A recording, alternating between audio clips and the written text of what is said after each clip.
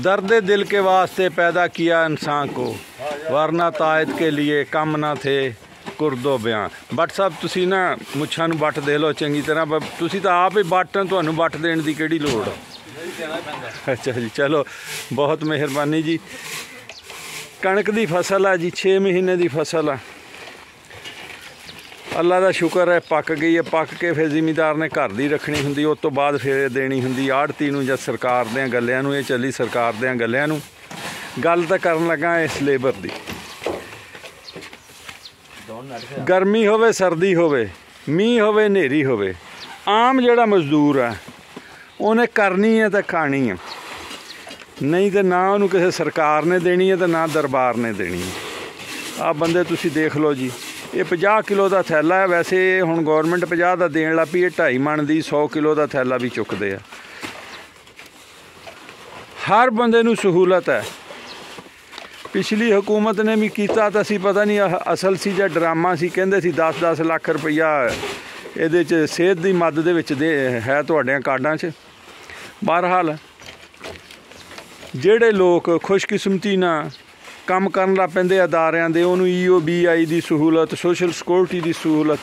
आ जिहड़ा खेत मजदूर है इनू कोई सहूलत नहीं, ना इनू इलाज दी, ना इनू ओल्ड एज बैनीफिट कोई, ना इनू पेंशन।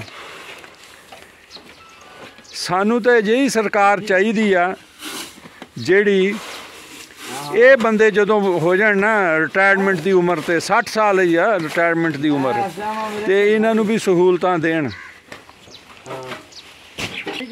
इन्हों ना जी सहूलतां चाहिदियां। सरकारां इत्थे कोई कहंदे अपने न्याणे पाल लए लंदन दे विच, कईयां दे दुबई च, ये रजी जाण डए आ, ते गरीब जिहड़ा मरदा जांदा वो माड़े तो माड़ा।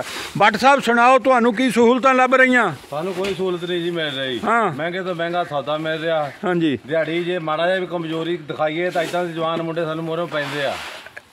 अच्छा, हाँ जी, कहते तुसीं की करदे आ, नहीं हुंदा दफा हो जा घर नूं। यानी इस उम्र च चिट्टी दाड़ी आ गई, मुछां भी चिट्टियां उदे कालों लाई आ। हाँ जी, ते बराबर चलदा, कोई छुट्टी नहीं करनी है तो खाना है। हाँ जी, इन्हां लोगों लिए भी सहूलत चाहिए, होर नहीं तो कम अज कम को थोड़ा बहुता वजीफा सरकार नूं चाहिदा।